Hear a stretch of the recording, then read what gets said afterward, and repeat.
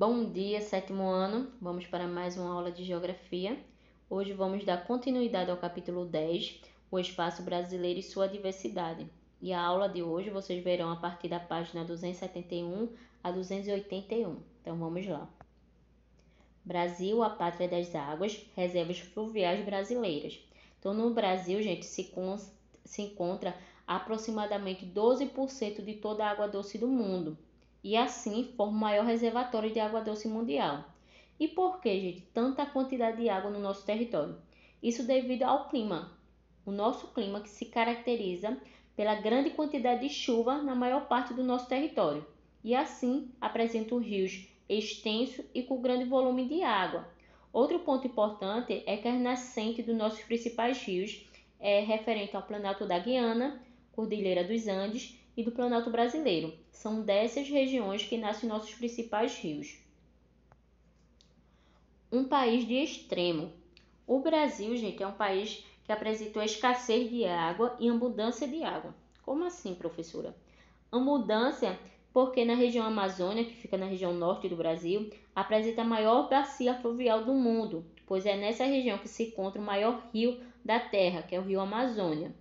No entanto, na região do sertão nordestino, onde o clima apresenta escassez de chuva, já há um predomínio de rios temporários ou chamados também de sazonais, que eles secam durante a maior parte do ano. Então, lembrando que o rio São Francisco é um rio que fica localizado no sertão nordestino, no entanto, ele não seca. E por que ele não seca? Porque sua nascente é de área chuvosa, por isso ele não seca. Águas subterrâneas do Brasil. Então, as águas subterrâneas ou aquíferos são águas que são armazenadas no subsolo através da infiltração das águas da chuva ou de pequenos rios. E no Brasil, as águas subterrâneas, gente, são bastante presentes e volumosas.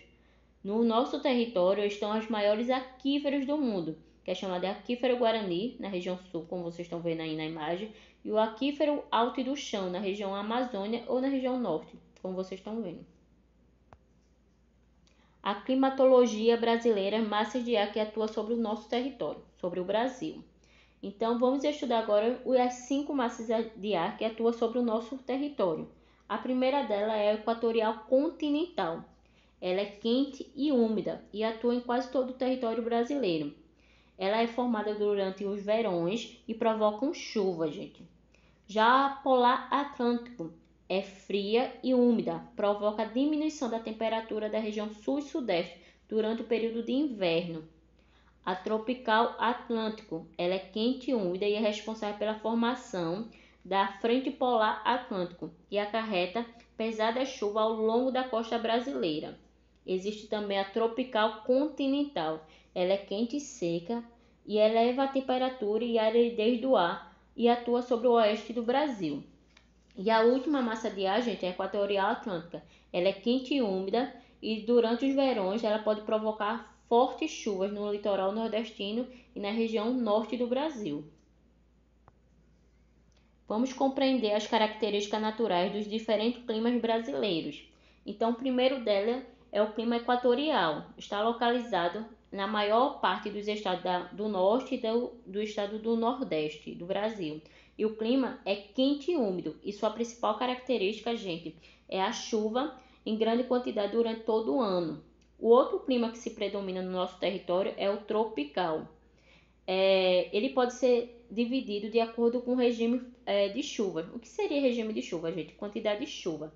Então, devido à quantidade de chuva, ele é subdividido. Como vocês podem ver aí, é o clima tropical típico ou do Brasil central, clima tropical de altitude, o clima tropical semiárido e o clima tropical úmido. Então, vamos ver algumas características dele. O clima tropical típico ou do Brasil central. Esse clima é típico da região central do Brasil e sua principal característica é a existência de duas estações bem definidas. Uma é bem chuvosa e a outra é seca. Já o clima tropical litorâneo úmido compreende as terras do litoral do Brasil e apresentam chuvas que são provocadas pelas massas de ar vinda do Oceano Atlântico. O outro, gente, é o clima tropical de altitude. Elas estão localizadas no Planalto e nas serras do Sudeste, onde a altitude ultrapassa os 1.000 metros. E é nessa região, durante o inverno, as frentes frias podem provocar geadas nessas regiões, na região sudeste. A clima tropical semiárido apresenta pouca chuva e a estiagem, gente, é tão longa que passa anos com a quantidade de chuva abaixo da média. As chuvas ocorrem geralmente entre dezembro e abril nessas regiões. O clima subtropical úmido. Algumas cidades do sul, também no sudeste, e só no Mato Grosso do Sul, na região centro-oeste. Ela é influenciada pela massa de ar polar do Atlântico, que determina a temperatura e amplitude térmica. A variação da amplitude térmica que é muito elevada, ou seja, existe a grande variação de temperatura. Chega a diminuir e aumenta muito a temperatura dessa região. Outra característica é que apresentam chuvas com pouca intensidade, mas também é bem distribuída em todo o território e durante o ano as estações é muito marcantes. Vamos agora para as alterações da atmosfera brasileira. Então, devido à mudança das características da atmosfera, principalmente nas áreas urbanas, ele vem alterando algumas características climáticas dos locais, principalmente das áreas urbanas, gente. Em algumas das principais metrópoles brasileiras, é lançado na atmosfera gases tóxicos. E esses gases, ele faz com que o ar fique irrespirável, além da criação de transtornos ambientais como chuvas ácidas e ilhas de calor, como vocês podem ver aí na imagem.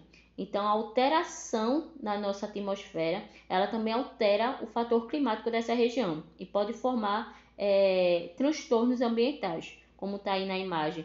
A chuva ácida, que ela destrói a vegetação, mata alguns animais, edifícios, danifica os edifícios. E também tem a chuva de calor, a ilha de calor, perdão, que nas áreas de maior concentração de construção e gases tóxicos forma essa ilha de calor, se concentra uma temperatura mais elevada.